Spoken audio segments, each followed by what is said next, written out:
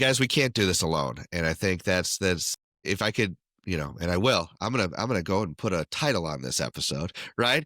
It has to be doing something with community and friendship. John, I think your connections with people, you're making genuine connections with people is fantastic. And, we wouldn't be going where we are or as fast as we are and enjoying these animals because to just sit in your basement with a collection is boring, right? Yeah. And it's sharing, it's showing off your animals, it's doing all these things that bring us all together as human beings through these animals that really makes And this like a special helping each hobby. other out, Yeah. and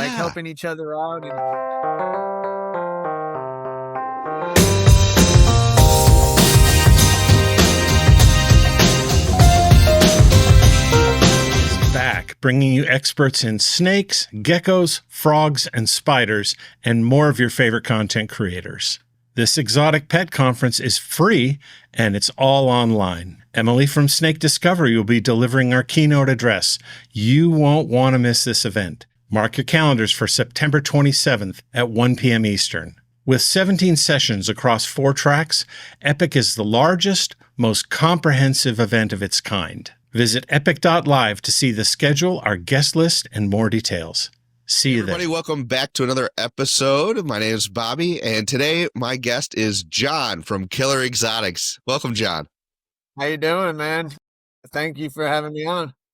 Yeah, no, I mean, we've done this once before. I'm having a little deja vu, but unfortunately, due to technical issues, that episode never aired and never was able to be aired because it never recorded. So that sucks. So hopefully this one takes.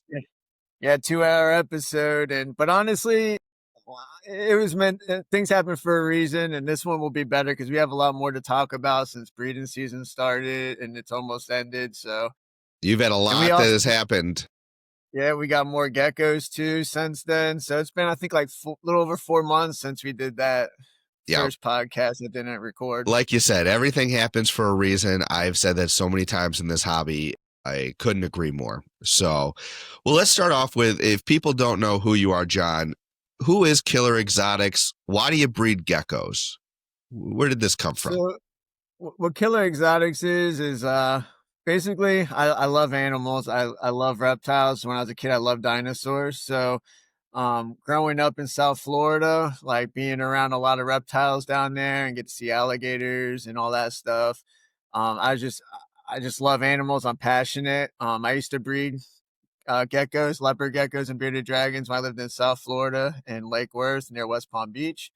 I worked at a reptile store in Boynton Beach at the time. It was called Dark Forest Reptiles. So I was able to learn a little bit by then. But back then we didn't have internet and YouTube and all that. So you had to know somebody that knew what they were doing, that was willing to teach you what to do. So I ran into a couple people that taught me how to do some things. I'm working at the reptile store with my buddy Nick. He taught me a lot.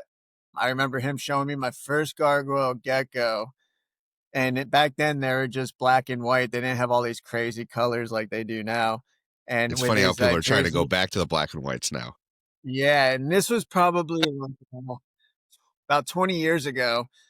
And he was showing me it, and he's like, yeah, this is a gargoyle gecko, and explain it to me. And at the time, I was like, yeah, it's cool and all, but I was more into the leopard geckos and bearded dragons and stuff like that.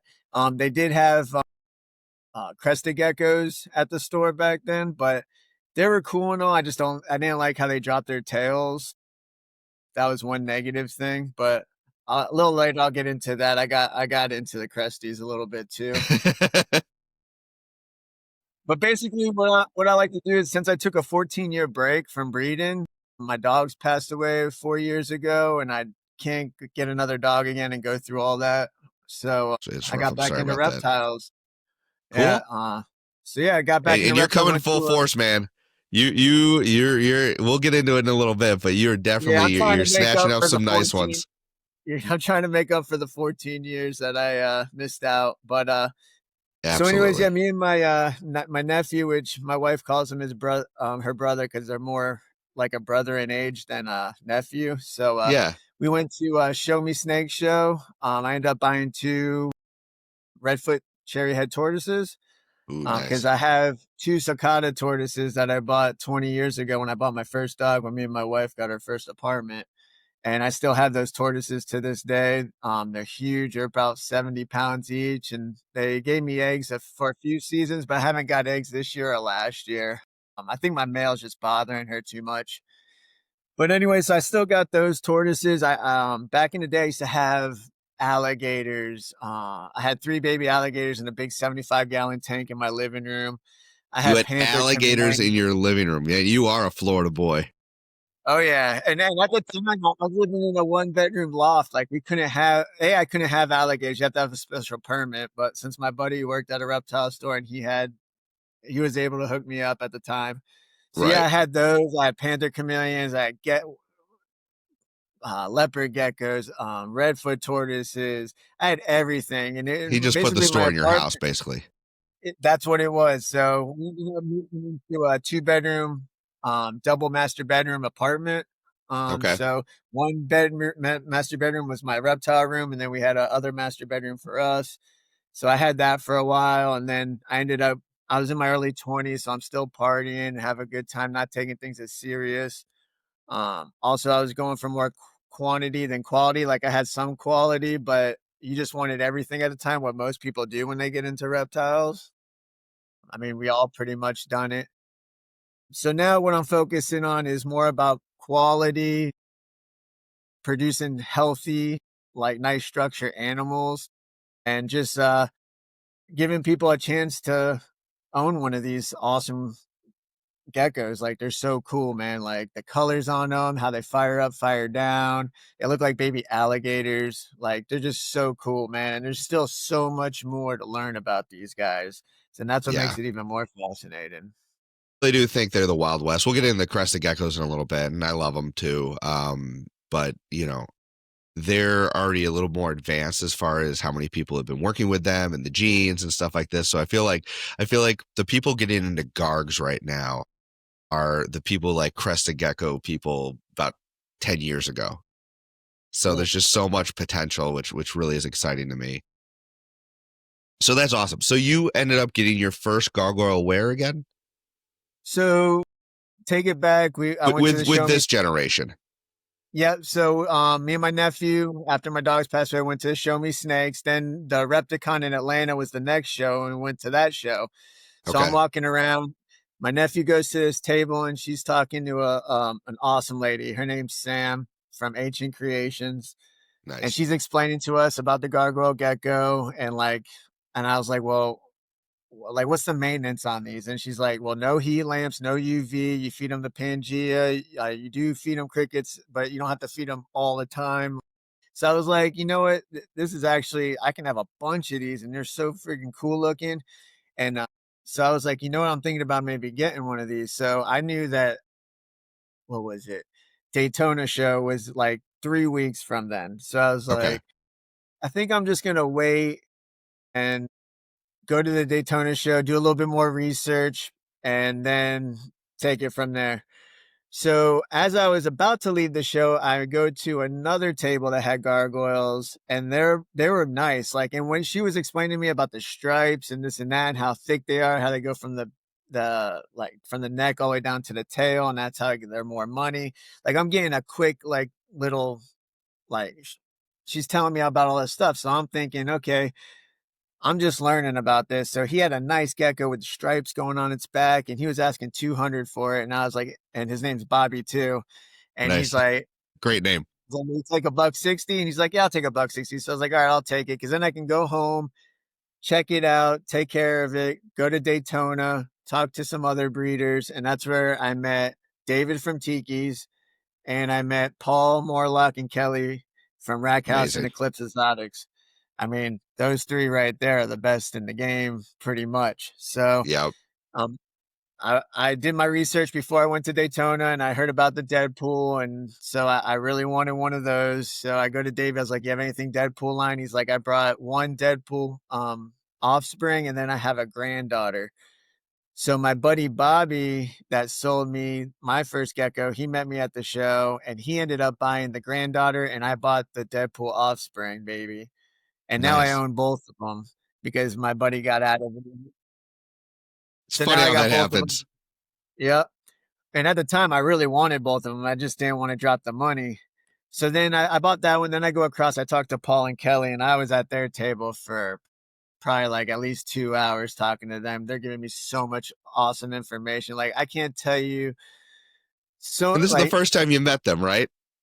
yeah, this is the Yeah. first time I met them. Period. Like, I'm telling you, if you ever see them at a show, I'm so sad that they're not yeah, if coming you to want to Tinley get, this year, and they'll just share with you.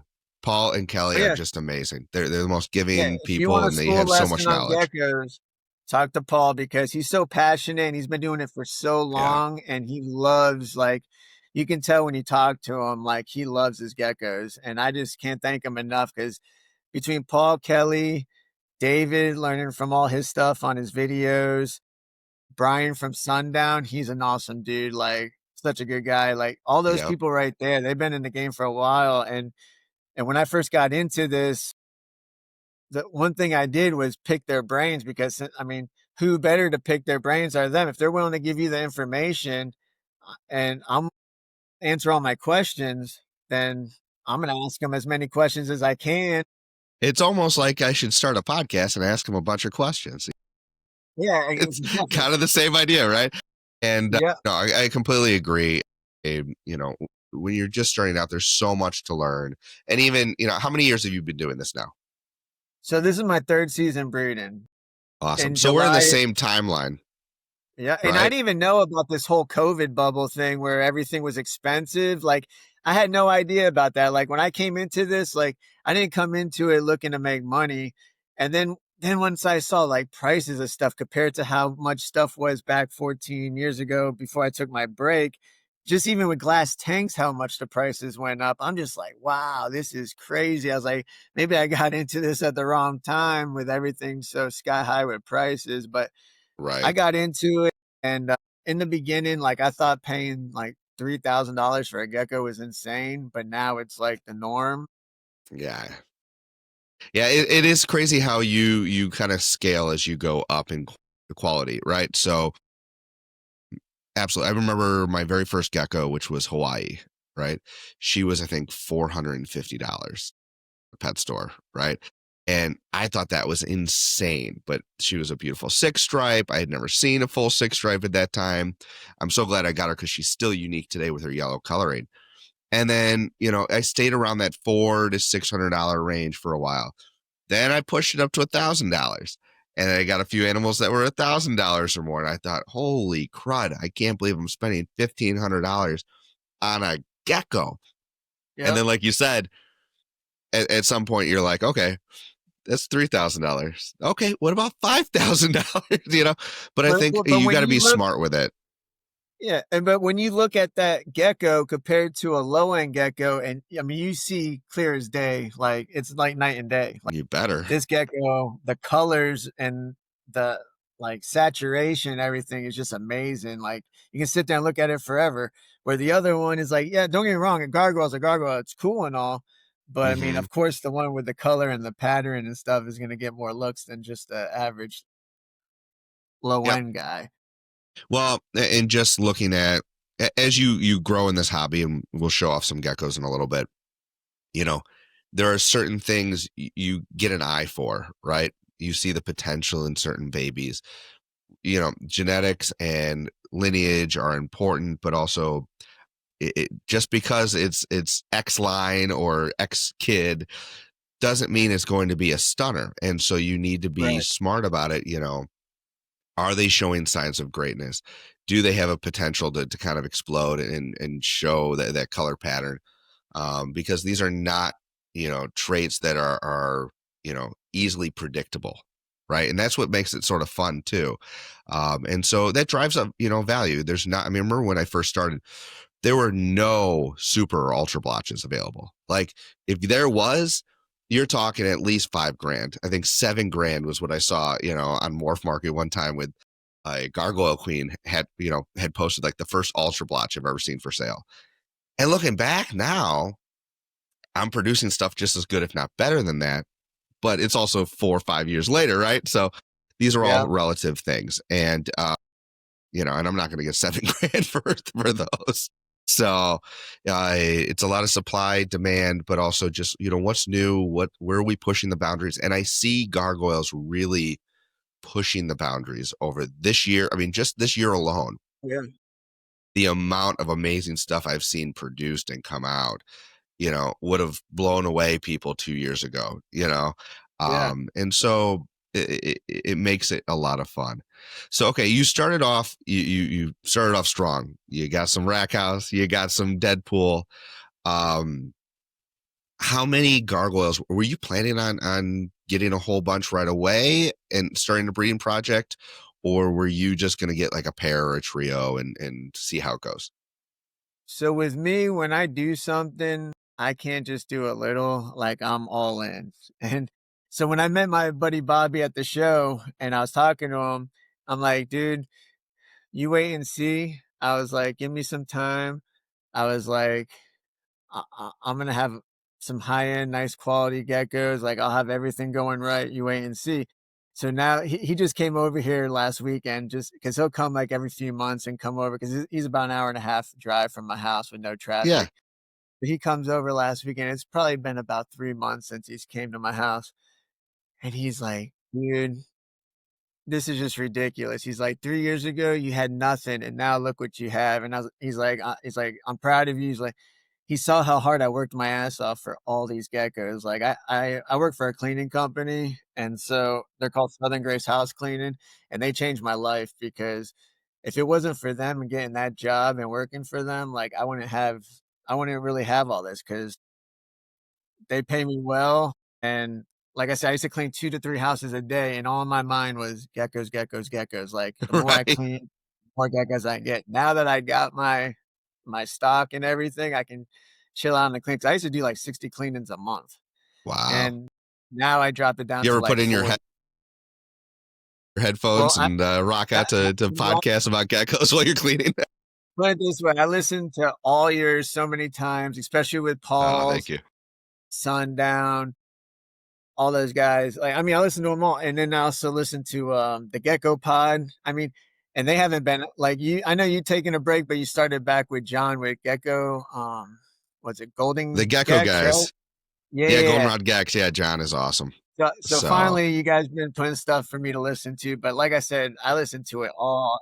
Anthony over at the Cold Blooded Gems, I believe. yeah, I like his too. Like he's had some awesome guests on there also. So, but like I he said, has. yeah, I put in the earpod. I listen to all the podcasts, and there's just so much I've learned. And even if I listen to one over like 5 times in a row, there's still something new you're gonna pick up every time you listen to it.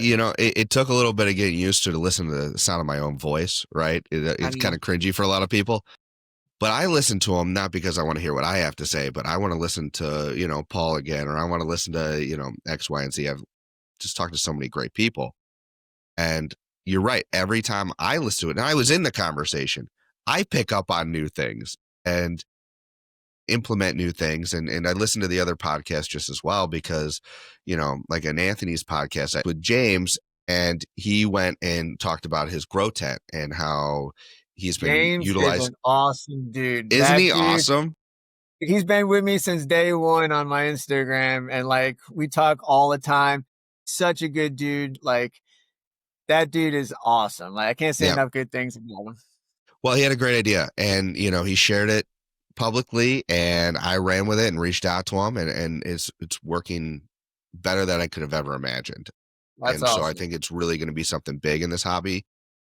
Not that everybody should have to do that, but if it makes it work in your environment, it can make these geckos' lives so much easier, make your lives easier. And at the end of the day, it's for the geckos. For So, sure. we're always learning from each other, and that's why I'll continue to do this as long as we're having fun. Jumping back into your project. So you're listening to all of us, you're jumping into gargoyles, you're having fun, you got a goal of really having high quality stuff. You and I were on a very similar, plane here, right? And sometimes we're jockeying for the same geckos. When you're looking for your stock, when you were building, obviously price is a factor, but more importantly, what are you looking for in a gecko? Like, obviously you've got blotches and stripes, but like, are there certain traits? Are there certain things that when you're looking for babies, is it lineage? Is it marks? What is it? What do you look for? How can you tell the difference between a So high quality and first low off, when I quality? look at it, you always want to make sure the animal looks healthy, like doesn't have any like kinks in the neck or any like lines down its spine. Like, of course, you want to make sure that gecko's healthy. Second is definitely you want to look at the gecko. Like, does it look good? Like the colors, do you like the colors? Like, does it pop? Like, it's what you like. It's not like what other people like. It's what you like. Because at the end of the day, you're the one taking care of these animals. And Absolutely. yeah, so I'm the one enjoying this animal because obviously I'm feeding it every day, cleaning its poop all the time. Also, another thing I look for is lineage. That's really important. Sometimes you'll go to a show, you see one gecko, it looks fire, and then you ask for the parents, and the parents don't look good. And that's almost like I sort of don't want to get the gecko if the parents don't look good, because what if Okay. that's the only baby out of, say, like 10 babies they hatched out, and that's the best looking one, and all the other ones look normal? Most likely, when you get that and you breed it to something, it's not going to produce what you want it to produce. So And I like that's to, an interesting, I can't wait. People who have kind of come up in the hobby, that's what everybody's preached, right? And I completely understand where that's coming from. I'm going to push back slightly in this conversation because some of the geckos that I've found, right, that produce fantastic. Now, okay, I've got a Vapona boy. He's producing great lineage. So that whole theory of if you've got a proven track record of lineage of successful winners, you're on the right path. There's nothing wrong with that path. But also, you go back far enough, and some of my favorite geckos, I look at the parents and I go, where the hell did that come from? Right? You Mhm. look at the grandparents, and all of a sudden, yeah, the parents were gorgeous, and the offspring you want to buy is gorgeous, but the great grandparents or the grandparents, there was nothing special about them. So my pushback on that is, at what point, like, we've only been doing this how many generations, right?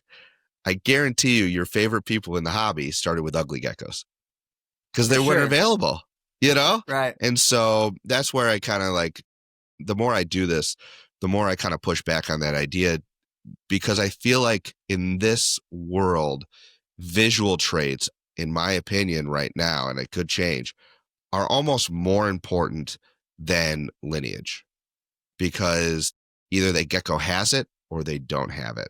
And this is not something where there's a recessive, it's stacking effect. And if they have it, clearly it's been stacked. And that's my kind of theory on it. I don't know what you think. I just feel like if the parents look fire too and the gecko, you have a better chance I of agree. that being passed down. That's just my thing. And if I'm spending that much money, I'd rather have a better chance than to just not have a chance. So It's yeah, better so insurance. I'll basically, give you that for sure. and I also like buying from reputable breeders. Like, I don't like buying from strangers. If someone, a breeder that I don't know has something, maybe I'll reach out to other people I know and be like, have you gotten something from this person? Or like, do you recommend them? But for the most part, now that I'm dealing with like more higher end, I know who to go to when I want something and like the direction I need to go. Yeah. But in the beginning, it's hard because I mean, like I said, I was learning. I mean, I have some geckos that I was planning on breeding, but now that I got other ones that I rather breed instead. Like, I'm not going to breed that one just to make babies. I'm probably going to sell that as a breeder that's never been bred before next year because, like I said, I have a bunch of new stuff that's going to be ready to go. Yep. You get the best you can at the time, and if funds start moving up or opportunities start moving up, you make those calls. I think, I don't know if anybody watching knows this or not, but John, you got one of my geckos that I retired. Yeah, Croslin. His name is Ozzy Yeah, Gargborn. nice, Ozzy Gargoyle. I love it. Yeah, I love your names. We'll get into that when we show off thank all your you. geckos. Really, really fun names. And yeah, I mean, and again, he's a gorgeous animal. I'm glad you're going to be working with him and that you got him. but it's just one of those things where I only want X amount of geckos in my breeding project. And I was pretty male heavy earlier this year. And Right. he was one of my favorite geckos. He was my number one gecko for the last 2 seasons. Like he produced my Nice. best, by far, the best babies. And I remember, I think you posted them, and David at Tiki's mentioned Bobby was dumb for selling him. And I go, I might have been, and I hope John proves David right. I hope it works out for you. That's the fun of this. Is I want everybody to succeed. Yeah, but you got so much fire that even without them, dude, you're gonna be like your stuff is sick, dude. Like I I love appreciate it. you got some nice stuff, dude. Like your taste is just like mine. Like I love you got some awesome. I Yes, can't we have wait some to see similar it. tastes. I would steal a few of your geckos in a heartbeat. Well, let's jump into that. Let's we keep talking about the geckos. I want to show off what you have, and maybe you can walk us through who these geckos are, what you like about them, and then if you want to kind of talk too about what your plans are for breeding and who you want to pair together. If you don't want to talk about it, that's fine too. But those are always kind of fun conversations. So let me screen share this real quick. All right, I got them pulled up. And actually, let me do this. Here we go. So, all right. See if I can do this while seeing us as well. Perfect. So this first gecko has been one that I've been following on your page for a while. I don't have all their names written down, but I know this one. This is Pamela Garginson, right? That's her. This is a gorgeous, talk about when there was hardly any super blotches available. This one caught Yeah. my eye. Where did you get it? So Tell us the I story of was her. so the two places I mostly get a lot of my stuff that I find I'll find on Marketplace, but you got to find it right away because good stuff gets taken pretty Are you quick talking on Morph there. Market? Or are you Yeah, talking about, and yeah, then yeah, Morph Market, and then I also get my stuff like it'll be stories on Instagram. Someone will pop up DM me for ready to fly, and this was yep, one of them. And so this came from Blood Moon Geckos, and I bought nice. another gecko from him in the past. So I hit him up. I'm like, yo, what's the deal with this one? And he's like, I got her and a clutch mate, and this one was better because I like the thicker blotches going down its back. The other one had a little bit smaller. Sure. And I was like, I'll take this one. And he's like, yeah, 2K. And I was like, here you go. And Nice. as she kept growing, those blotches kept filling in and filling. Now when she's fired up, she almost looks like pretty much all red. Like she's got a lot of color in her. Yep. So yeah, I ended up like right there. She's Like bright. she's crazy. And so I also got a light box to take these pictures in. I'm just messing around with it. So Yeah. this was my old light box. I got a new one, so I'm gonna start taking new pictures soon. But yeah, That's a trying whole to other get conversation of how, it is. photography is evolving, and, you just got to learn how to use light and things like that Yep. to fully represent, because these pictures don't do them justice. As gorgeous as No, it this is doesn't right at here, all. in person, it's like we are not making these geckos look any better than they already are. It's not a makeup tutorial for, you know, For sure. for geckos. So yeah, I So, ended up getting her, and I was like, I was just stoked. I knew this one was going to be a special one. And then I named her Pamela Gargison because back in the day when I was younger, who didn't like Pamela Anderson right. watching Baywatch? And I actually met her at a car show when I was in 5th grade in Fort Lauderdale. And she was signing autographs, and I got her to give me a kiss on the cheek. And Oh, I went to nice. school the next day and Did you told turn that all red? my and then I got an autographed picture by her, and so that was cool. And that's another thing I do. I collect sports memorabilia and autographs. I've been doing it since I was in 2nd grade. So Oh, if you very think cool. my gecko collection's crazy, you got to see my autograph collection. It's just as crazy. Well, that's awesome. So like I Yeah, we said, all have whenever I our get other into little things that we get into, and yeah, that's awesome, man. I so love one thing on her is um well, a few things. One, I do like the big banding on her, but she also has that little small dots all throughout to really spread everything. And then the amount of face freckling that comes down is one of my favorite traits about her. Now, is she ready to breed? Is she going to breed next year? yeah, next season she'll be ready to go. There you go. And I think I'm gonna pair up one of my super striped males with her because You're from going to what I've mix been them. hearing. Yeah, because what I've been hearing is when you mix them, sometimes the babies come out crazy looking. So I figure with as much saturation she has, and then with one of my super stripe males, I'm gonna give it a shot for the first round until Very I nice. find a male that is just as good, if not better, than her. Okay. Fair enough. Fair enough. Because I do have another male that's nice, but I think a stripe for the first round, I'm gonna definitely take a chance. Yeah, that's one other nice thing about gargoyles is that, unlike lychees or even chahua, is that, I don't find that they have, as long as you're not like throwing males in and out nonstop, right? They're not like crested geckos as easy, but, you know, you can switch up your pairings. If you're strategic about it, you pair them during the cold season. Um, you watch them most of the times they're going to be successful in repairing. Uh, some work out better than others, but it's not unheard of to like, all right, this season I'm going to have them with, Proslin. Next year I'm going to have them with Raffles. Next year I'm going to have them with this gargoyle. So you can kind of see what works best genetically speaking, which is a nice flexibility with these animals. All right, who's this guy or So girl? that's Chooch. He's a Mars line from Sundown from Brian. And Heard let of me it? tell you something, the Mars line that he has, like they're just the babies are ridiculous. And it's consistent too. And that's what I like. Like I like buying parents that produce babies consistent that are nice. Like that's what you want to look for going to buying your geckos for your collection. So yeah, Yep. Brian, he just when it comes to blotches, don't sleep on Brian because his are He's fire. definitely got some of that. I actually messaged him like, "What do you got coming to Tinley?"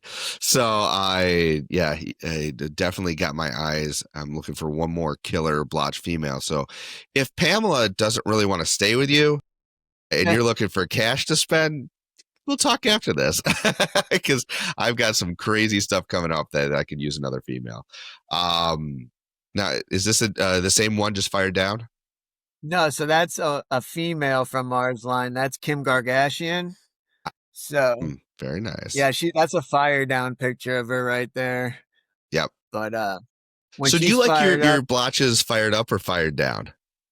I like all my geckos fired up to tell you the truth. Okay, all Even the right. blotches. I used to like the white, but now I don't know. I just like them all fired up. Like I don't know.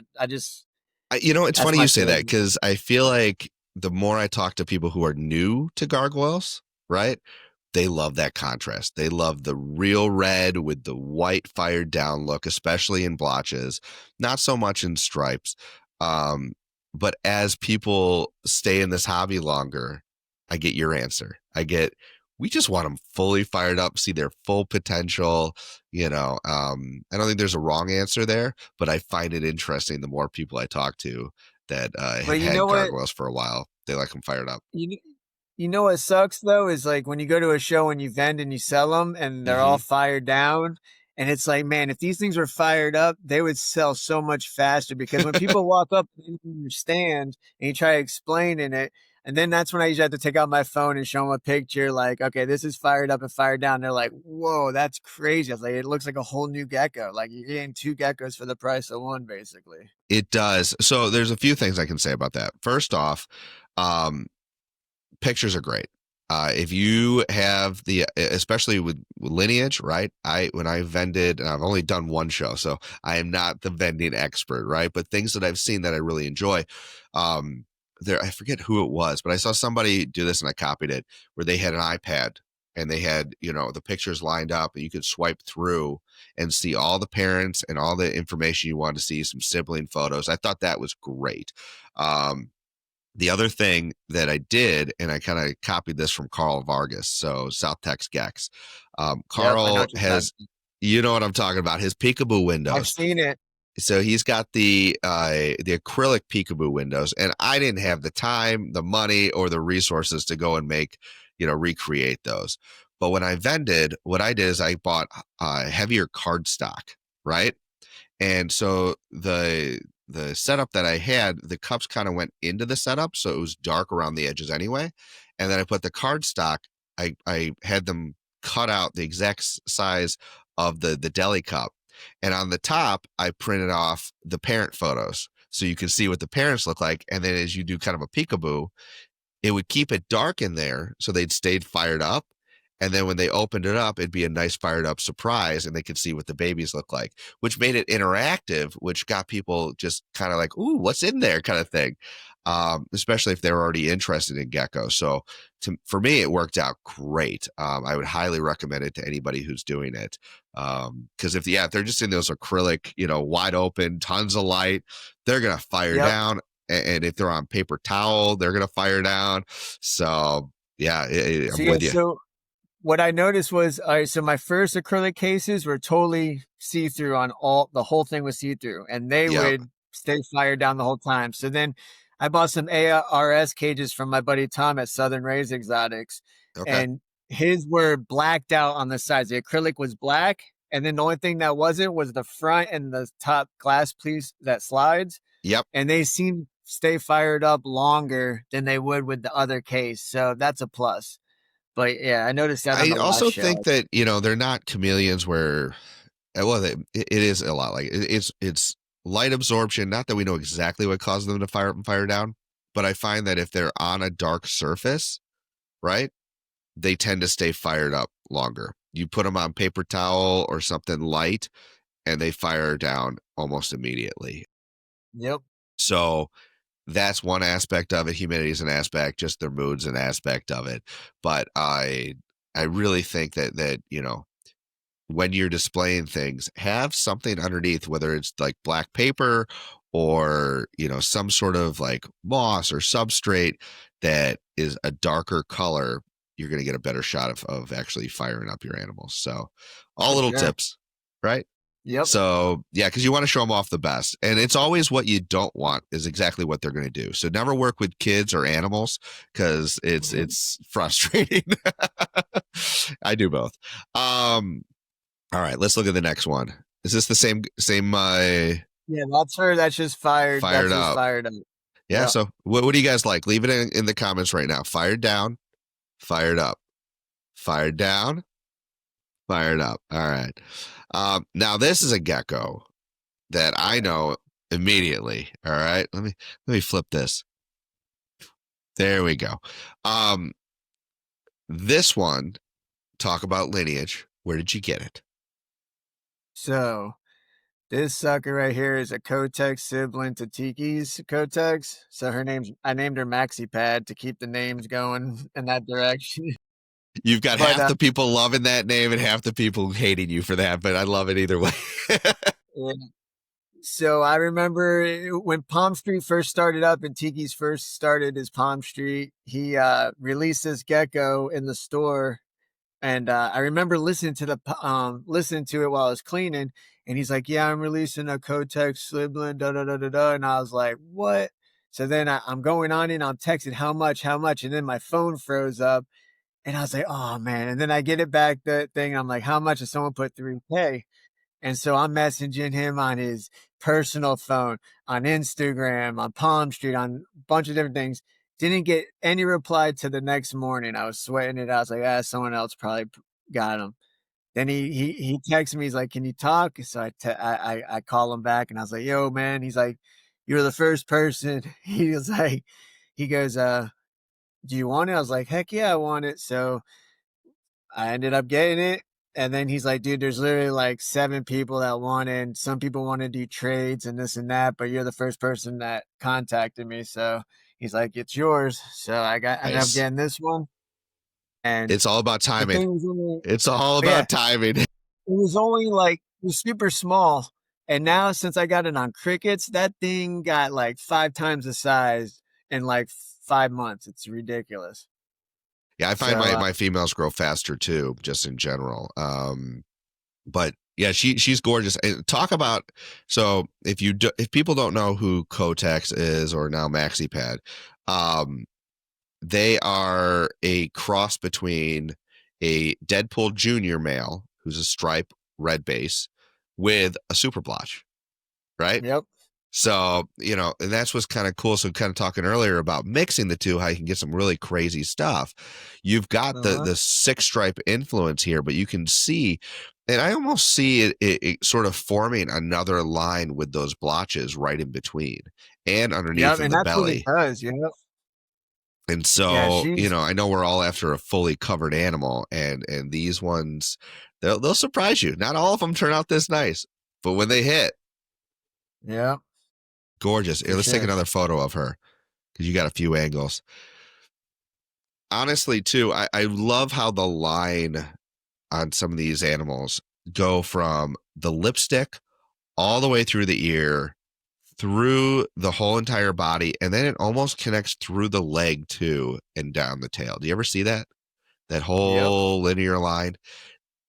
That to me shows a lot of quality. So But a Tampax baby's on my list. I already talked to David about it. So that'll be coming probably the end of this year or beginning of next year. But I told him, I was like, because I saw the one that was on auction yep. a couple weeks ago, and I knew it wasn't going to be like the best looking one like one of the best looking ones.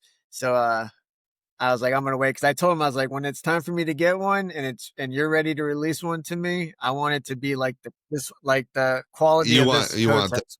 the crazy stuff, especially being Yeah. killer exotics. And I was like, I'm patient. I'll wait as long. I mean, I'm in no rush. I told him I'm not gonna hound you and bother you. He's like, don't worry, bro, I got you. So Well, I know he's not going to release it, but did you see that baby he showed originally, like the very first one with yeah. eyebrows? Yeah, that's the one that everybody wants. That's the one, it's But just have you it's seen gonna. the one that Mr. Gargoyles just got from him? That one's pretty sick too. From a Bloody Mary times something. I forget the other name, but Yeah, that's no, pretty it's fucking. I think it's a Pennywise relation too. So, it gorgeous, the saturation. So that's another question. So, how important is saturation to you? Like, are you going for a certain color? Is there too much saturation where it starts to get a dark red? Like, when you're picking out geckos for your projects, how much do you care about color? I like a lot of color. A lot of color. Like But are we talking the pretty much. quantity of color all over the animal, or are we talking the actual like Well, individual swatch honestly, color? it all depends really, because sometimes I like how the pattern is on it with the color. Like sometimes, like those skeletons are sick when they're thick and they're perfect. Like it just all depends. Like I like a lot of saturation. It just each one has its own look. They do, but like, it kind of is a spectrum with the reds where it almost goes from an orange, right? Which orange is really hard to maintain into adulthood, to a fiery engine red, to a cherry red, to a maroon, to, Yeah, and so some that people like really purple have maroon. a favorite. Yeah. Like that purplish maroon color is nice when you get like that darkish purple. That's almost like how my Mars female Kim Gargashian is. She has like that purplish reddish color Yes. to her when she's fired up. Well, and I think it's stacking over time, like, and that's Um, where you look at the parents and you're like, okay, we breed these two red ones together, you get a deeper red sometimes. And that trait keeps stacking. And I feel like it's that spectrum, right? yeah, And we're going towards that purpley red. yeah, yeah. The purpley red's nice. But yeah, like even with like some of the babies I hatched out, like that one that has all the head color that we'll probably get to in a little bit. Yeah. Like when you see the color on the stripe when they're small, you could tell like, okay, with that color and how thick they are at that little age, like that thing's gonna be a smoker when it gets bigger. Like you could Yes. just tell with Syrian babies for sure are gonna be killer. But then you'll have some that don't look killer and then they turn out to be killer. That's the whole beauty of it. Like you just don't know. And then that's why Paul told me from the beginning, I was like, what's the biggest mistake you made when you first started doing the breeding geckos? And he's like, selling them when they're way too young. Cause he's like, you know what you're going to produce, like he likes to see what he's producing. So he knows if he's going to keep that pair going the following year or whatever. So honestly, when you come to my table, like everyone's like, you don't have any babies? I'm like, no. I was like, I like to grow my stuff out in order to see what I produce. So everything I have is usually around like at least 20, 25 grams, the smallest. Wow. Okay. Yeah. So, and how old would you say most of your geckos are to get you there? I mean, that would be at least a year old. Yeah. I usually wait about a good year, a little over to sell them. Yeah.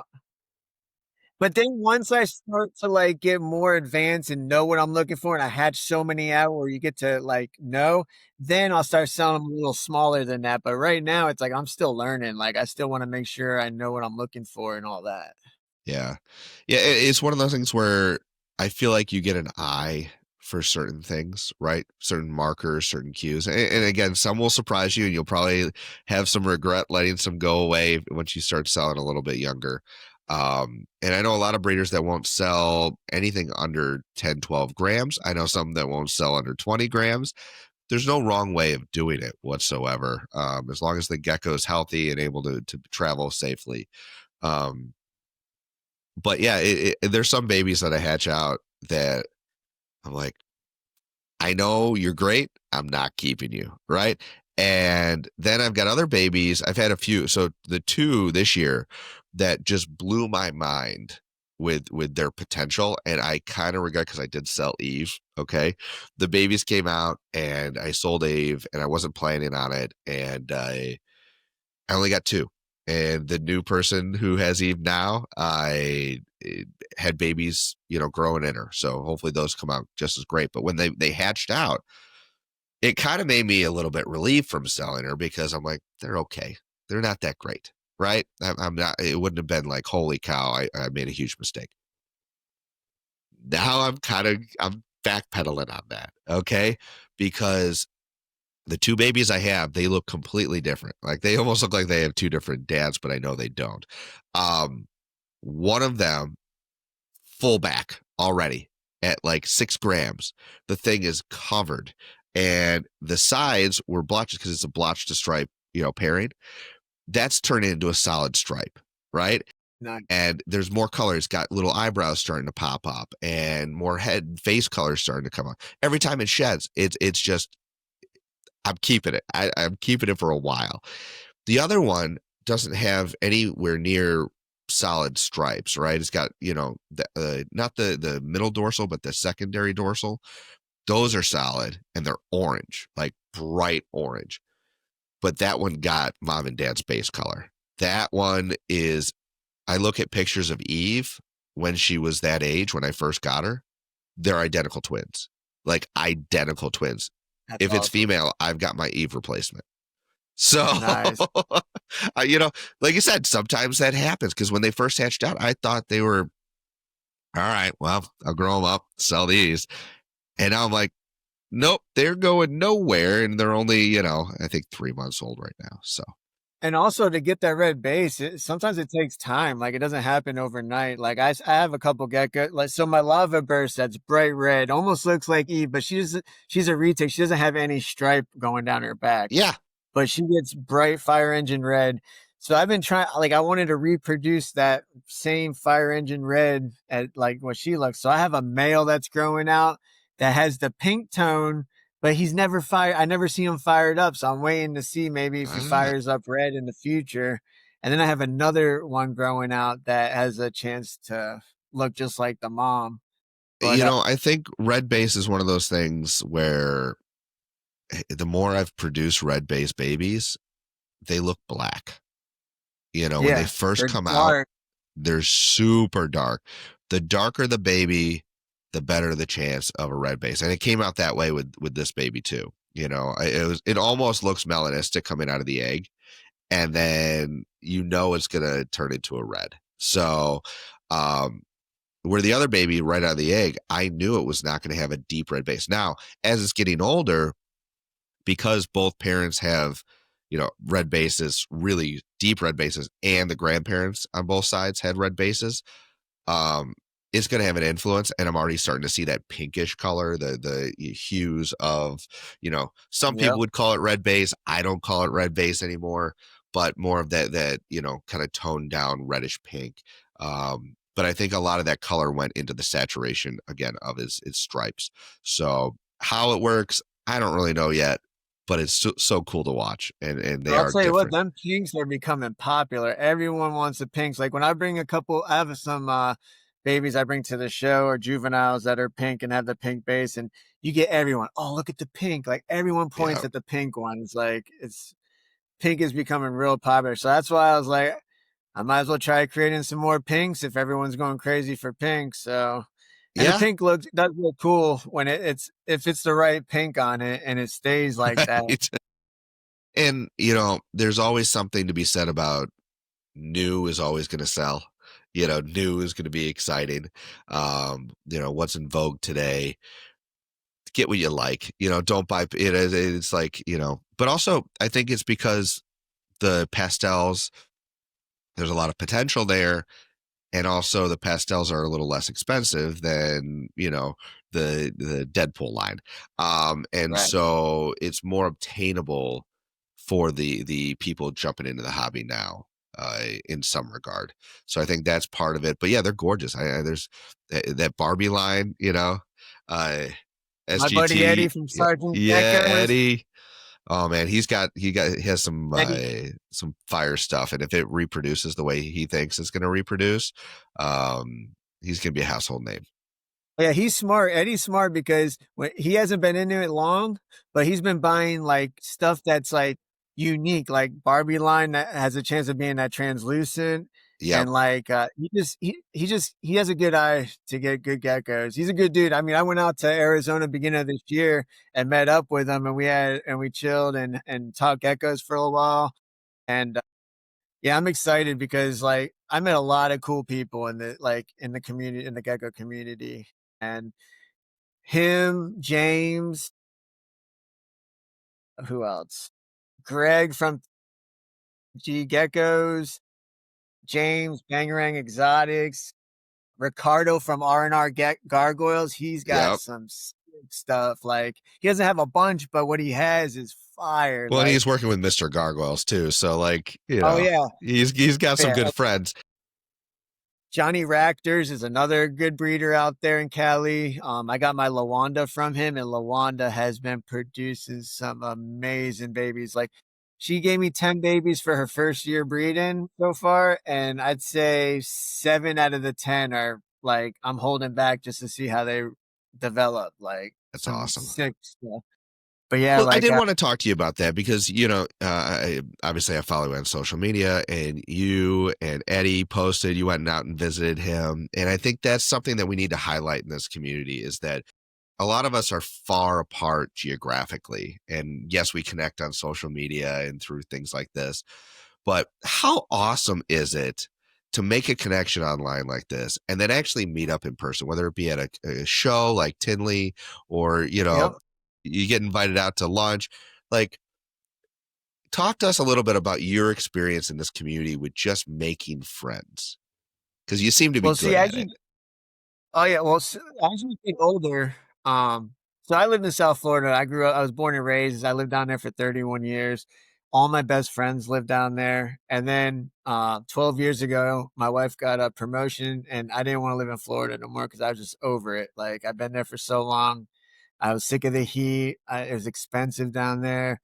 And so we decided to move to Georgia. But moving away from all my best friends, that was super hard. Like I have a couple of my buddies that I was friends with down there that moved here, but they also started families. And then once your friends start having kids and stuff, you don't really get to spend as much time with them because they're too busy with the kids. So I don't have any kids. Like I decided not to have kids. This world's too crazy, and it's just I'm not built like it's Yeah, just wasn't for it's in a my personal cards. choice. But that's why I got all these animals. So I moved away, and then I was never into social media. Like I was always against that. Like I still don't have a Facebook, but the only thing I have is Instagram because getting into this, and I knew I was going to eventually start selling geckos again. I figured my buddy's like, dude, you have to start an Instagram. Like, start it now. Don't wait. Like, get it going now. So I'm glad I did because I started it 3 years ago. It'll be 4 years this right before Thanksgiving because I remember Altitude had his Instagram thing for whatever his Black Friday thing. Yeah, So I yeah, ended up making an Instagram, and I was like, all right. So I started it there. I started posting geckos, and people started liking, and then I just kept staying at it. Like every other day, I'll do a post, and then every day I'll do at least 1 or 2 stories.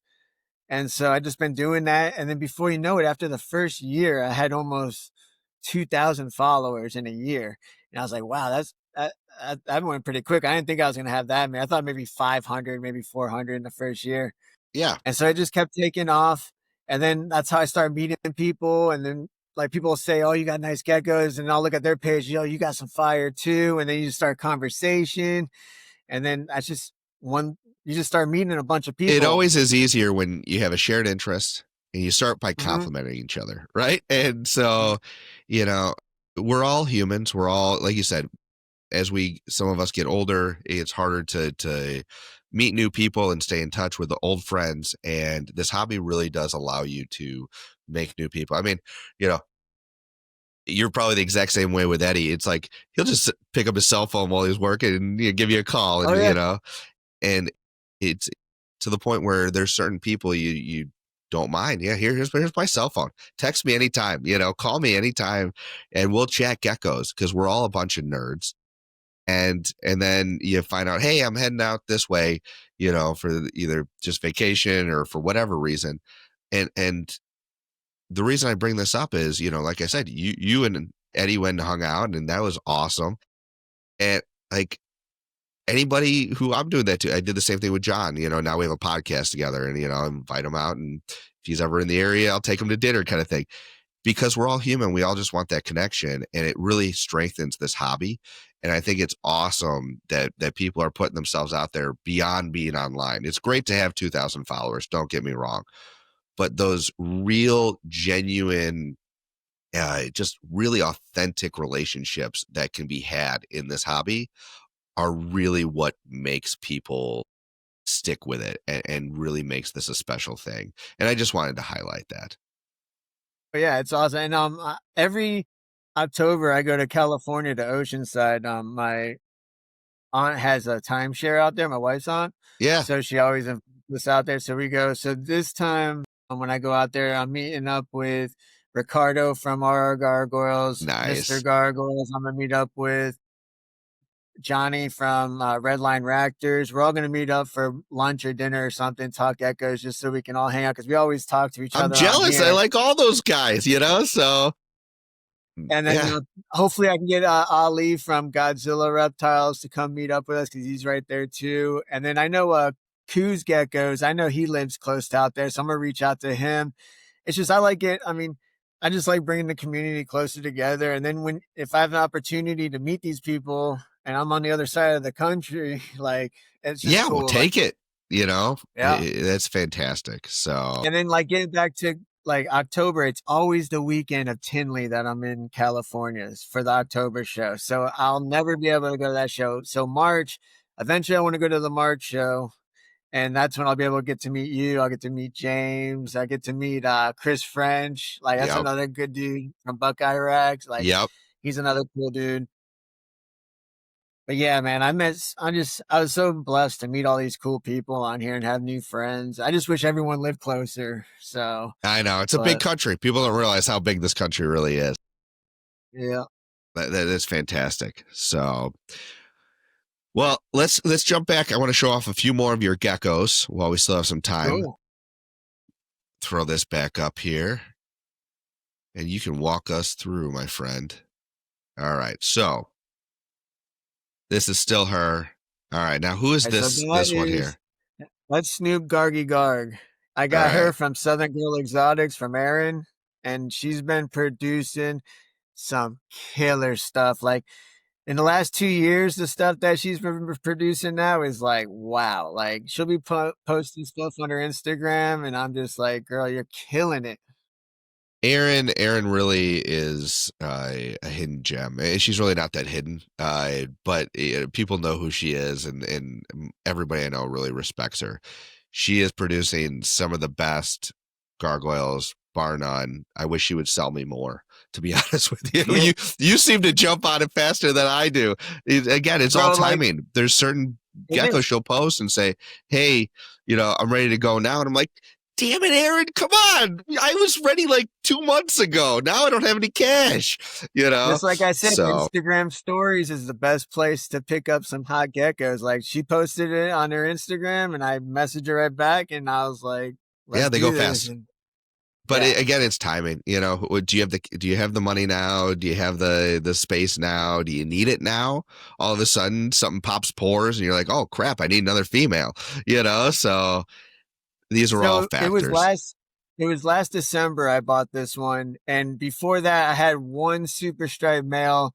He's nice, but his side lateral isn't as thick as I want it to be. So I was like, man, I gotta boost up my super stripe male. So I bought this one, and then after I got this one, it's like 4 other ones just basically dropped in my lap in the last 7 months. Like it's Yeah, crazy. So now I'm stocked up with males where before I didn't have any. So exactly. that's why I Things said change like that. next year I'm ready to rock and roll when it comes to stripes because I focus more on the blotches and I was like not really focusing on the stripes. So then I was like, I got to switch it a little bit so they're both equal. And then you might mix them, right? So yeah, Yeah, exactly. very very nice, and love the saturation. Speaking of kind of So a mix, you got your skeleton here. Who's this? that one came from RR Gargoyles Ricardo. He sold me that one and now he regrets it. And then Mr. Gargoyles wants it. And I was just like, I couldn't say no. And this is another one that was on an Instagram story. Yeah, Like I said, my best ones came from Instagram stories. So that's yeah, this is awesome. a Gargman Electra. Yeah, she just has that different Do you know, skeleton was look this one of the where imports they did from Korea? no, this actually, believe it or not, this came from Josh's Frogs. Really? So I'm trying to get with Josh's Frogs because I have the little card that has all the information. Yeah, See if I can get pictures of the parents. So I'm there you still, go. yeah, I'm trying to get a hold of that. So, Yeah, but the yeah, she's skeletons, I know everybody's loving it. I produced some crazy skeletons this year, and I just produced them out of blotches. So one thing I always remember is chatting with Kelly, and she's like, "Yeah, skeletons just turn into ultra blotches most of the time. Very rarely do they just stay skeletons." So I'm happy either way. I Yeah, she's definitely gorgeous. Who's this gentleman, or is this a female? That's a boy. no, that's a male. So that's another Yeah. super stripe that I got from SGT Geckos from Eddie. Oh, his I Gecko keep Monster one. sorry. Yep. So yeah, this is yeah, was it Mauricio, Mauricio yeah. Yep. from Gecko Monster. He produced this one, and supposedly this one comes from a male making pair. So Yes. I'm seeing if this one will produce offspring that are males. So we'll see So you next buying into the season. mail maker theory? I don't question Paul very often, but I don't know. That's why I want to see if I it know. is or not. Keep me posted. I don't know. I'm still so on the fence, but again, I don't have much data, and the people saying mail makers exist are a lot smarter than I am. So I don't know. I'm playing around with temps because, man, there's no way with I produce so many males, and I would get it if I had the same like 2 or 3 males, but it's like I've used so many males, like different males. I go, it's got to be temp. It's got to be temp. So I'm See, lowering my I temps. produce I think a little bit more males and females myself too, and Yeah. my room stays warmer, so I don't know. I don't know. I don't know. I'm not saying that I'm right, but we'll see. More data. Everybody, let's all talk about it. Okay. More data, the better. And be honest. That's right. So, but yeah, if it is a mail maker and that does exist, then this is definitely, I remember talking about with Mauricio, do mail makers make mail makers? And the answer is most likely yes. So, Yeah, he's trying to, and when I got this gecko from Eddie, I messaged Mauricio and I asked him, and he's like, he'll know this season because that he'll be producing a lot of babies. So he said he'll keep me updated. So we'll see. yeah, and Mauricio's got some new blood that he's, imported and bought, and he's got a lot he's playing with now. So it's awesome. Yeah, he's a good dude. I never met him Very. in person yet, but I talked to him on Instagram a lot, and Yep. he's a good dude. Absolutely. And then I love the color that comes off the eye here, Yeah, like those such a little cool. line things. So that's actually Lawanda right there. Yeah, Okay. she produced some nice babies this season for me. She looks But pregnant in yeah, this one. she's filled with eggs there. Yeah. Gorgeous. Yeah. No, very, very nice. And then speaking of pink line, this is So what that's you, Lava Burst. all right. I love it. So yeah, Yep. it's got that like burgundy purplish kind of hue when fully fired up. It's almost like it's clearly a stripe, but fired down, it almost looks like a patternless animal, which is really Yeah, cool. it looks like a stripe when it's fired up going across, but it doesn't have any stripes. That's what it looks like when it's fired up, but it has no stripes at all on it. Right. It's all base pattern. So Yep. one of my favorite breeders, Steadfast Lizards, has the best line of just red base blotches, period. And they're not blotches that are like super high coverage animals as far as like how we would describe them. It's all base color. And just has been producing consistent gorgeous animals. I know some other people that work with his lines. I've owned one. I owned one really early on, actually. I didn't know it. But they're just, it's such a cool, unique look. And I think they are getting popular in the hobby. Now, this is one that I'll be honest with you. I almost, when you sent me these photos, I'm like, I'm pretty sure Paige made it, right? Yeah, this It page. is cosmic. I'm like, man, that is nice. That is, I really like the look of this one. Yeah, I named her Bloody Mary. Yeah, yeah, Cosmic Page at Cosmic. She produces some nice stuff, and she doesn't even, and her prices are awesome. Like Yeah. she doesn't charge like an arm and a leg, like for the quality that she has. Like, No, she's yeah, very she's a cool reasonable, lady. and yeah, I've had geckos from her, and I love how she has a lot of orange where a lot of people don't have orange. And Yep. even this one here, it's turning red, but I can tell just in the photo that this is like a fire lava red. Am I wrong in person? Yep. But So she doesn't stay fired up a lot. It's always fired. She's fired down most of the time. So when I is do see she? her fired up, it's nice. But most of the time, she's always After fired this, you down. got to send me a photo of her fired down. I'd love to see it because it says a lot about a All right. gecko sometimes. But yeah, she's gorgeous. And then this one here, yeah, everybody knows that I love eyebrows and that I love head color. It's sort of that next frontier because it's so hard to get onto the animal. Um, and I have my theory on how to produce them. But you've produced one, so this is a baby you produced, right? Yep. And the parents have no eye head coloring at all either. No, no, and that's my thing with the whole like, is it visual or not visual? Like lineage is important. But Yep. to me, that type of eyebrow. Now I don't want to get too technical here, but like I have theories on where it all comes from by talking to other breeders and listening to them. I This is a center stripe, strong center stripe eyebrow, right? And what I mean by that is it's coming from that center two lines, that thick red, not the orange, and it's so powerful that it's pushing it up onto the head and the eyebrows. Does that make sense? Yep. So the parents, I'm assuming, have very nice lateral striping. Am I wrong? So the female Or has a not full lateral, I mean stripe on. dorsal striping. Yeah, the dorsals. Yeah, they both have thick dorsals. The Yeah, lateral. The I was telling you the lateral's male not there. super stripe I have. That's the male that the side stripe isn't as bad. That's why on this one you see how it doesn't go all the way across on the lateral. Right. Yeah, So I'm hoping two maybe it different things to fills in a little stack. bit more, but when it's that spread out, it's not really gonna fill out like all the way. It may fill in a little bit, but it ain't gonna close out. Yeah. No, it's very nice. But yeah, how old is this gecko here? Do you know? That one, I want to say like probably 4 months old. Very nice. Beautiful. Beautiful. Doing nice Thank stuff, you. man.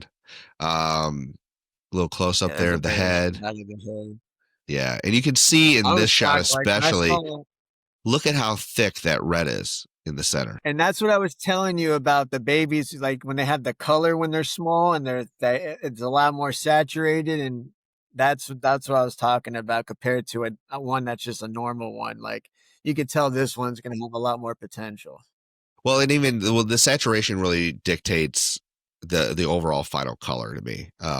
Because like I work with a lot of with Magnus and my European lines, with the females I imported. They red has been popular here in the United States since day one with gargoyles, right? Everybody's red, red, red, red, red. It's not the case over there. And so a lot of those European influenced or, imported animals, they have the best oranges, right? And the babies, I've posted a few on my Instagram, they come out, they have full stripes, but they're a light yellow, right? They're not even orange. And again, these things kind of, as they grow up, gain more and more saturation. And yes, they can come out of the egg and they're going to just be fire. And certain ones are going to be fire. But it's interesting to see how different the reds are from the yellows and the oranges. I think the more yellow you go on the spectrum, the harder it is to really predict the future with some of these babies. Is that fair to say? Yep. Yeah.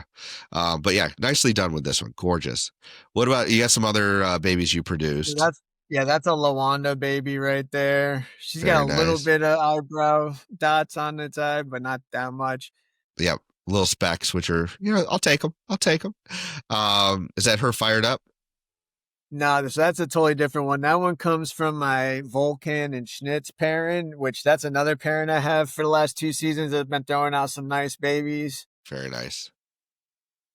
Female is from Paul from Rack House, and the male is from Gargoyle Queen. That's awesome. Yeah. And the thing I love about both of those breeders is because lineage is so important to both of them and they've bred for certain traits for so long, um, the predictability, if you continue along with their sort of plan, is so much higher. And in a world where we're breeding stuff and it's not as predictable because it's not, the pundit squares for the genetics, it makes a difference, right? If you're investing in an animal, if you buy from Paul, what what kind of background it has. So here's a nice skeleton So kind of growing out. yeah, so my female, her name's Titty Sprinkles. Nice. So my buddy Make all the named mothers her, and blush when that's you her talk great. about that at the show. Yeah.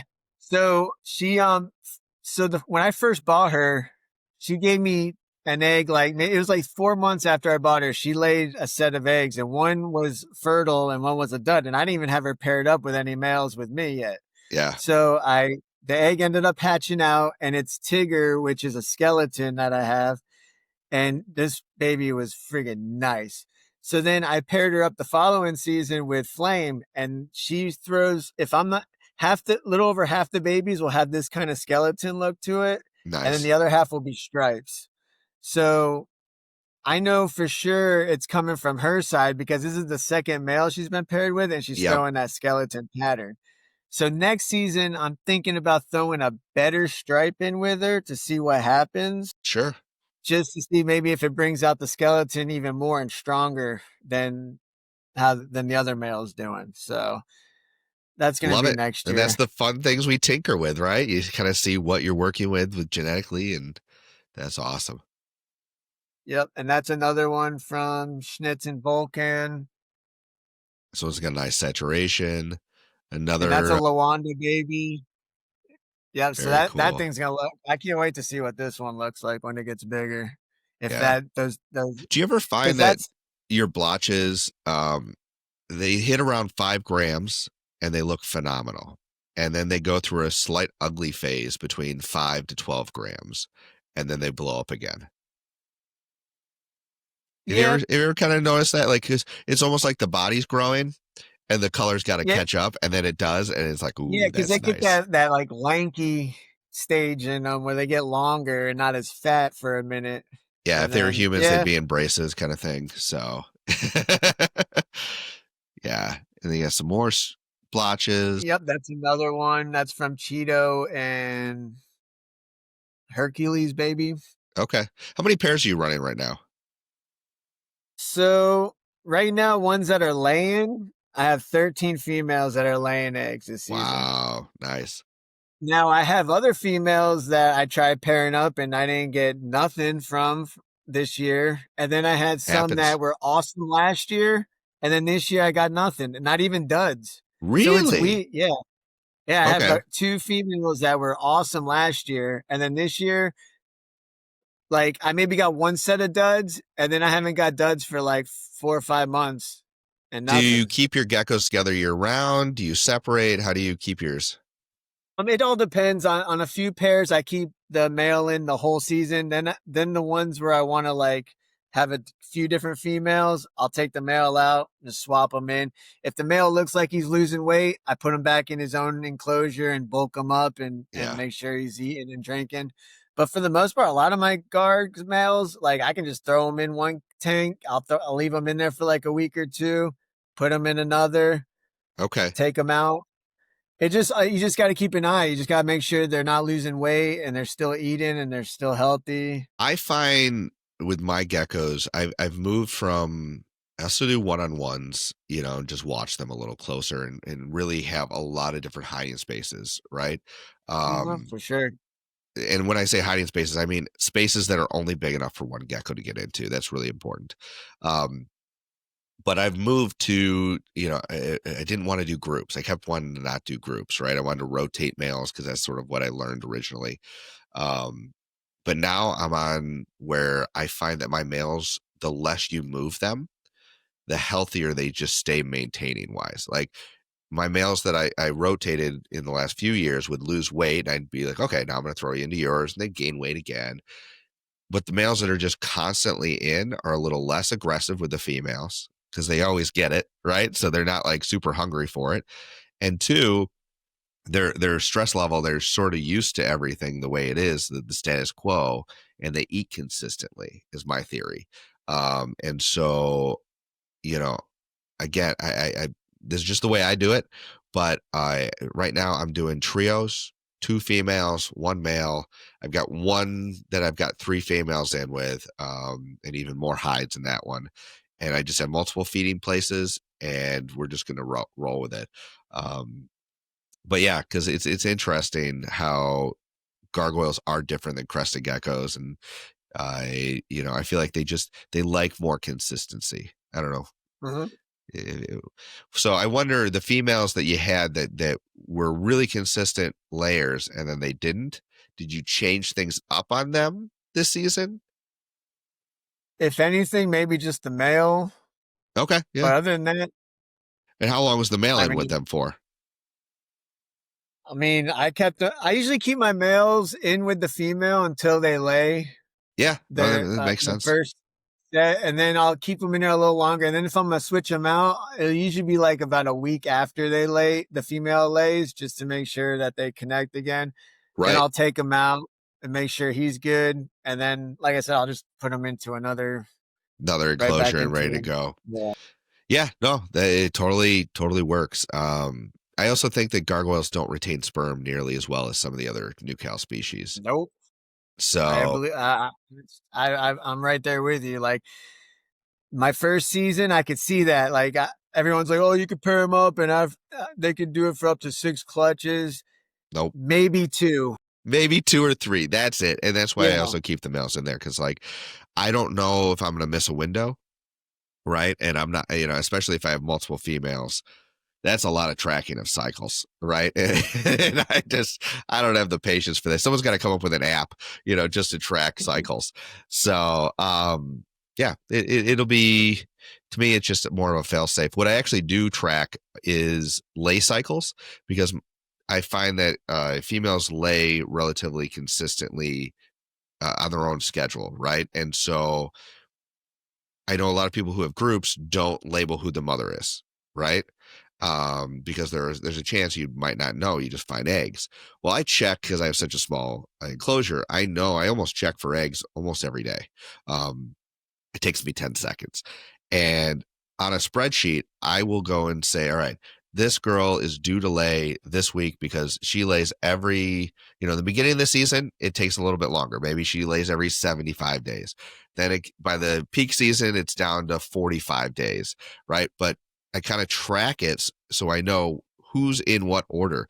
And for some reason, I've gotten lucky. None of my group females are on the same schedule. I'll have 2 girls lay in one night, but they're in different That's good. cages, right? Knock on wood, because I'm Mhm. gonna, eat my words here.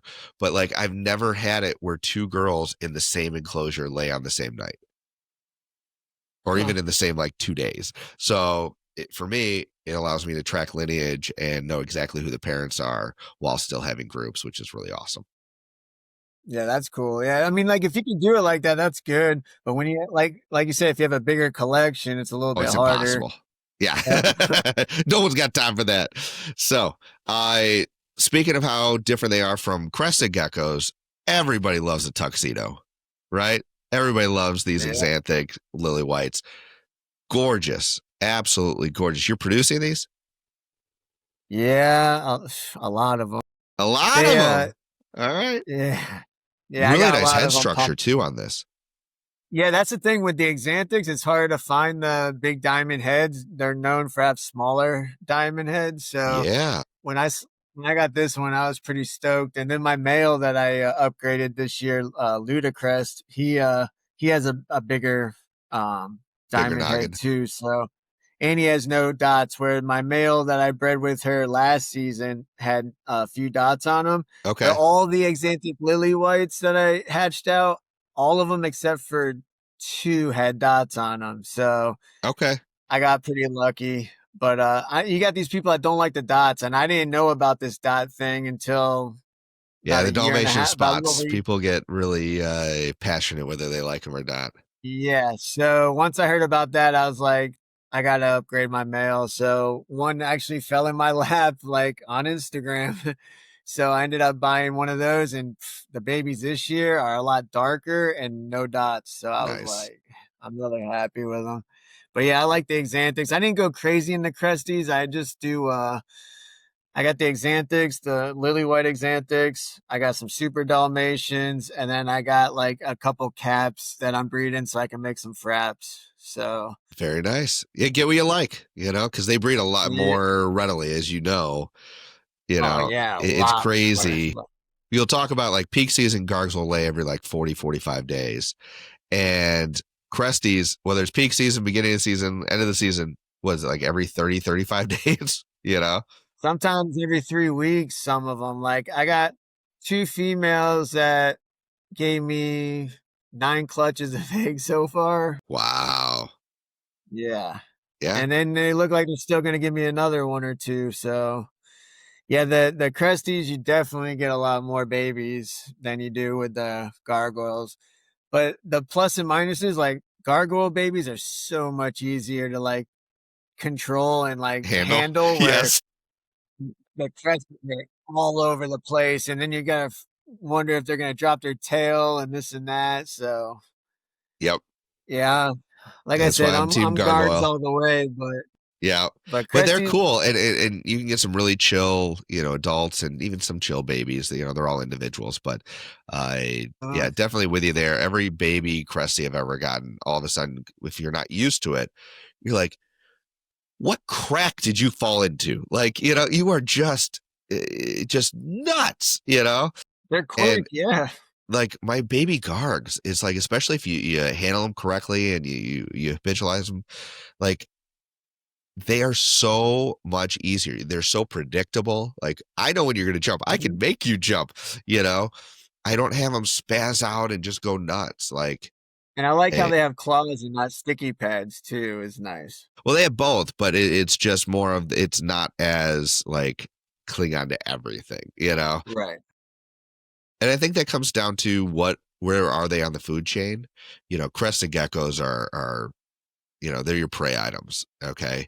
And they know it, especially the babies know it. And so they want to hide, they want to feel secure, and you really got to work with them. You can make a friendly prey animal, but man, you gotta have the right upbringing. Where you get a carnivore, you get something that's a little higher up on the food chain, like a gargoyle, and it's gonna do exactly like the gecko that you got right in front of you this entire video. Which I got to point out, that gecko has not moved. It has looked like a gargoyle. He's awesome. Like, yeah, that's Gargzilla. That's my buddy that goes to all the shows with me. Yeah, So he's like my little mascot. But yeah, but he's chill. He's cool. he knows that he's not in danger. He knows that he's the boss, right? And so And he used to be crazy when he was younger. Like he's 5 now, but when yeah, he was younger, he was a little bit crazier, like a little the males jumpy. go But through now, that. I feel like yeah, all males go through that phase where they get a little bit like full of testosterone and they're just a little bit more nuts. And you work through it, and then all of a sudden, like you said, around like 4 or 5 years old, which really isn't that old, for geckos. They're completely they're a lot like the females. The females are always chill. I've never had a crazy female. I'll knock on wood there because I'll get one now.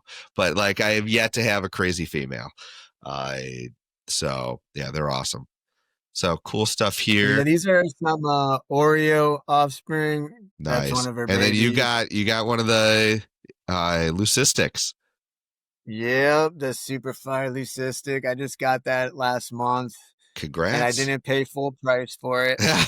I got it from the studio, but yeah, I like the eyes on this thing, and I like how the back looks like little graham crackers dusted on its back. Yeah. And it's just weird look. It's just different than a regular crested gecko. I mean, it's either you like it or you don't. Yeah, But very polarizing, but I think from what I've seen, I don't know if this is part of the genetics, but the geckos that are coming out of Korea, the crested geckos, where they're piebald and stuff like that, there's a big future in crested geckos too. They're not done. They're not even close to done with no, figuring out all the things that we can do with them. And I think as imagine if you could breed in bigger crests, bigger, head structure. I wish Imagine we can get these black eyes on a lily white exanthic with the black eyes that like would be this. pretty crazy. Yeah. Or even, like you take this and you see how there's a potential because it's xanthic. So there's not going to be red pigment, but there can be yellow pigment. And so you emphasize that and have like an entire yellow back on this animal would be really sweet. A Yeah, lot of different things people can do with it, but congratulations. Um, yeah, thank you. it's awesome. This is your logo. Love that. And then Yeah, you got a few. so Oh, go ahead. So the logo, last time we talked, I didn't have a logo or any of this. So I reached out to my buddy and I was like, yo, man, because he does artwork and graffiti and stuff. And I was like, can you create something like this? He's like, bro, I'm just too busy with work and the kids and trying to get my own business back going. He's like, I would, but I'm busy. I was like, all right, it's cool, no big deal. So then my wife, her friend's like, why don't you try Chat GBT or cheap, whatever, Yeah, GPT, whatever it's called. I was like, all right, so she showed me and she made my wife made one for me and she showed me and I was like, well, let me mess with it. So I typed in what I want and this was the first thing that popped up and that's exactly what I had. there you go. You don't need to spend a fortune to make a cool logo. Yeah, I was gonna hook him up with a couple $100 just to do it for me and Yeah, but then I got this done. I did it my own and then I kept playing with it. So I made a bunch of different ones and then I started doing the garbage pail kids where yeah. I'll And put my okay, get I don't have those to show right here, but I'm gonna steal some offline and post it right here. Okay, as we're talking about it. Um, they're cool. I mean, I message you about them because I'm like, how are you making these? Because usually anytime I do anything with any kind of geckos with Chat GPT or with Canva's, they don't know what a gecko is. Um, the AI just butchers geckos, and yours actually look really cool, and they're like in scenes. So, like, do you pay for a service to make it look So that yeah, good? you can get it free, Chat GBT for free, but it Right. only lets you do like a couple things, and then you have to wait 24 hours to do a few more. So it's like I think it's $20 a month, and you can cancel at any time, and then it gives you all the features. So I'll Nice. just go on there, I'll take a picture of one of my geckos, and I'll just say create an image that looks like a garbage pail kid, and then I'll just tweak out some stuff and mess with it for a little while to get it how I want it. Yeah. And then boom, I was a huge fan of Garbage Pail Kids when I was younger. Like I remember when my dad first came home with a pack because he used to work for UPS and he delivered to a trading card store Yeah. and they would give him free cards. So I remember him coming over and he slapped a couple packs on the coffee table and I remember opening them up and I was like, whoa, these things are cool. And the artwork, it was just so catchy and I just Yeah. loved it. I enjoy seeing them all the time. So keep doing it. Please do. I actually put one as a screensaver for a few days on my phone because I'm like, this is just awesome. That's awesome. So, Yeah, well, I way figure to something go. fun. I mean, I'm sure usually everyone that's in the Gargs are around our age in our 40s. So we all probably had Garbage Pail Kids when we were younger. So it's Yeah. something to relate to. It's just for fun and it's fun. I enjoy doing it. And Yeah, keep it yeah, up. It's good stuff, man. So we'll blow through the rest of these real quick. You've got this gecko, man. I was eyeing this so gecko that's for a from, while, but I've got his sister, so I can't pair them together. yeah. So yeah, I've been wanting something from koalas and this my dude from TC Geckos Yep. had this for sale, and I messaged him. I was like, "Yo, you want to do a trade?" And he's like, "What do you got?" So I told him what I had, and we traded. I traded an Xantic and some money for it, and Nice. it's just another male that fell in my lap. And So they got you some can never have too strong many. genetics. Actually, her mother or his mother is up for sale right now because Brian's sort of Wasabi cycling. What's that? Oh, this is a and wasabi? wasabi, right? No. Yeah, This it is an was. Electra baby. Well, no, Blaze and this Electra, I what thought. this no, this is blazing wasabi. Really? Dang it. It's a Yeah, half I've been sibling. wanting. Yeah, I've been wanted blazing electrolyte because that Yeah, pair throws fire. Like, and I'm that's what I shocked got. he's selling her. Yeah, Yeah, I think he stays even smaller than I do. I mean, I remember when I interviewed him, he's like, "Yeah, I have like 7 geckos, 8 geckos, right?" yeah. And he does the really high end lychees too, the raspberry melanistics, and those are just mind blowing. But Brian has a great eye. He keeps the highest quality. Period. Hmm. Like better than anybody else I know. He refines his stuff, and I respect that. Every so many years he's gonna go. He has to do that next generation to keep up. And I know what he has in the pipeline. Some of it, not all of it. And he's not done creating fire. He is not done in the slightest. If you thought he created some gorgeous gargoyle geckos before, he's going to blow us all out of the water with some of this stuff. So I wish him the best. I really do. And I'll probably buy some. But Yeah, I want to get. I've been telling them like I've been wanting, like I said, I've been wanting some blood from him for a yeah, while, and then when I found this one, but I also reached out to him. I was like, dude, eventually I'm gonna come get. I'm gonna get a super stripe fire female from you in the future. So he's like, he's whenever got you're one up ready, he's right like, now. He's got one up right now. It's gorgeous. It's a Pele Blaze female. He's got yeah, I a saw Yeah, so it's got one eyebrow. But that. that back's gonna close. It's awesome. So yeah, so he's got some great stuff. I mean, you just look at the quality here. He really has defined those 6 stripes. So not a lot of spreading in these animals, and I think that's why we're seeing some new blood in And this that's why you stuff. pay the money though. Like you're paying money and you get what you pay for. Like, well, if you know where you're going to spend your money, Yes, you get what you exactly. pay for. So who's this But red-based kid? so I made a trade with Chris French for this one. Nice. Yeah, this is Marty I've seen this McFly. gecko in person. I've seen this Yeah, gecko. This is a female, right? no, Or it's is a this a male? male. Oh, it's this male. So he brought some geckos to Tinley, and I remember I looked at him and I'm like, hopefully you don't take offense to this, Chris, but your photos suck because these are gorgeous in person. And I go, this is not what I thought they would look like. And even seeing this photo, nowhere near as good as I thought. So he's got some amazing animals, and He you does. know, it's again crazy how nice they are in person. This one's got a Yeah, really he's a nice, good dude. And he's another one that's been with me since day one. And I bought another gecko from him in the past, and and he's he's known a for his good dude. blotches. Who's this ugly thing? There's your guy. Yeah, so this was Proslin. He's definitely aging a little bit here. He's got a long story, but he's produced. You want to talk about thick laterals to add that to your project? Hopefully, he does that for you. Um, he's from Bergie's Garg Geckos.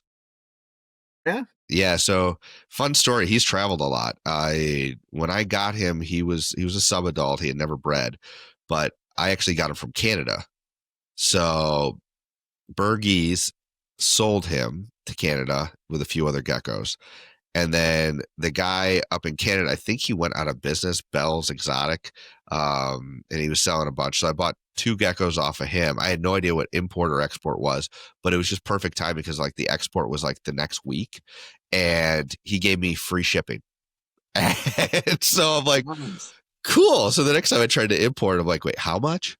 Wait, I don't get free shipping, So, yeah. And then I reached out to Autumn, and she gave me his lineage and all that stuff. But yeah, so he's traveled up north, then come back down, and then now he's down with you. So he he's an awesome dude, and hopefully you really enjoy him. So Awesome.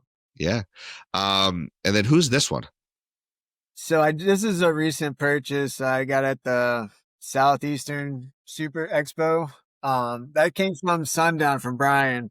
Nice. It's a Caliber from his Caliber line. So it has the stripes on the back, and then it's got like the blotches on the sides. That's what it's known for. That pair throwing. So I was Such a like, cool, unique look. I love it.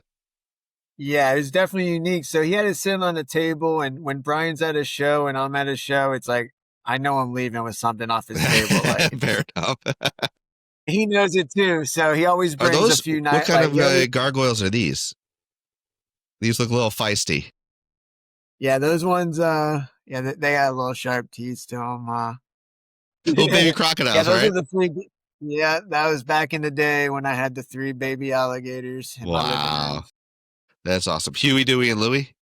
Is that what you named them? I actually didn't even name them, to tell you the truth. There you go. But I used to go to a PetSmart and buy a bunch of goldfish and just throw them in there, and oh, it was so cool watching them just I bet. attacking them. Oh man. And then yeah, And that was here's my you. first show years ago when I actually don't have any grays in my hair. They come. Dude, I got my 20th anniversary next week for high school.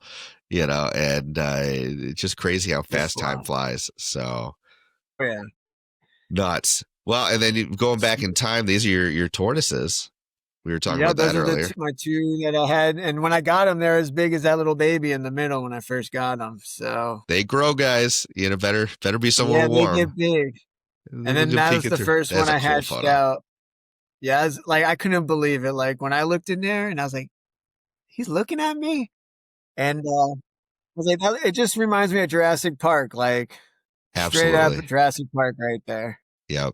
It's crazy too. Like you can see the hard shell egg here versus like with the gargoyles and the crusteds having that soft leathery egg. So totally different. But tortoises are awesome. I've got a Euromastics, which Yeah. people say are basically tortoises without the shell, and Yep. I'm loving it. Once you kind of gain their trust and their personality comes out, and they're not as fearful, they're buddies. They're something different. Well. I have really enjoyed kind of going. That's the last photo I got for you. So let me get back here. All right. But yeah, I just want to also say like a special thanks to my Atlanta people that like when I first started coming to all the Repticon shows and all the local shows around here, I started meeting people and networking. But Sam from Ancient Creations, her and her husband Brandon, like totally changed my life, like teaching me about these gargoyles. Also, Tom from Southern Rays Exotics. He's been awesome. He's let me vend at his tables at the shows. Oh, that's awesome. Also, my buddy Austin at Scorch and Scalies. He breeds bearded dragons. He's going to start up his podcast on bearded dragons pretty soon. Another awesome dude, like help let me vend at his table at a couple shows. Like truly thankful. Also, Zach from Alliance Collaborations. He's another good dude that's coming up in the geckos. I met him at Repticon. He's known me from day one. So he can't believe the stuff that I'm doing now. And like, I just did the last Show Me Snake show with him. Super good people. And then That's last, Josh from Georgia Cresties. He's another good dude. He also has a podcast with Crested Gecko. So if you want to go check him out. Yeah, I always look for another good one. All these people really helped me out when I got back into this. So I'm truly thankful for these people. Guys, we can't do this alone. And I think that's if I could, and I will, I'm gonna go and put a title on this episode, right? It has to be doing something with community and friendship. John, I think your connections with people, you're making genuine connections with people is fantastic. And, we wouldn't be going where we are or as fast as we are and enjoying these animals because to just sit in your basement with a collection is boring, right? Yeah. And it's sharing, it's showing off your animals, it's doing all these things that bring us all together as human beings through these animals that really makes And this like a special helping each hobby. other out. Like Yeah. helping each other out. And I just had 2 people in the last week reach out to me and like, my gecko had a prolapse. What do I do? And I was like, I know exactly how you're feeling because this guy right here had Yeah. a prolapse. His first time. This is the first guy I bred. Him and another female, and I got a prolapse the first time I paired up a gecko, and it And that can be happens. disheartening. And if people can't relate to that and help you through it, then you pack up your bags and call it a day and you're on to the next hobby. Go back to your sports memorabilia. So, Yeah. And then it's like when they have a prolapse and you're thinking, oh man, you're scared that every time you pair up a gecko, they're going to have a prolapse. I mean, yeah, it can't happen, especially when you have a bunch of geckos, when you're breeding a bunch, stuff's going to yeah, happen. right. It's just you got to learn how to treat it and how to deal with it. And then Yeah, and that's it. prevent it and all that good stuff. So, it's ever evolving. We're that's why we do this, what we're doing. So, John, Yeah. thank you so much for coming on a second time Thank to you. to get this going. I'm glad. Hopefully, this one took. Knock on wood, it will. And yeah, no, but it's been an absolute pleasure. You got some amazing animals, and I know we're going to be You seeing too, you bro. for a long time in this hobby. Um, where can people find you? Where can people, if they want to reach out, grab one of your geckos, or just chat with you Yes, and sir. hang out? Y- So I only have for social media Instagram, so it's Killer Exotics 2022. Nice, Also, I do all the local shows in Atlanta. I do the Repticon, the Show Me Snakes, Bob's Southeastern Reptile Expo, which is the best show in Georgia. That guy knows how to throw a show, let me tell you. Like if all the other shows could take notes on what Bob does, there you man, go. I've heard, they I've would heard give good things. yeah, he knows it's awesome. I definitely recommend his shows. But yeah, I do all those, so you can catch me out there. Next, I'm also gonna have a morph market. I'm gonna start up probably the end of this November once I get back from vacation and get everything caught up. Perfect. So yeah, I'm gonna start selling online pretty soon because I know a lot of people have been waiting for that. It's just time with work and stuff, but I'm ready to start doing that in November. So yeah, and then like I said, I'll be making garbage pail kids online and creating some Awesome. awesome You should gecko make that its own page. Honestly, you're going to do great with things. this. So I enjoy them. Well, John, thanks again, and thank you guys so much for joining us again for another amazing episode. Hopefully, you've enjoyed seeing all of John's amazing geckos. And until next time, we'll see you around. All right, thank you.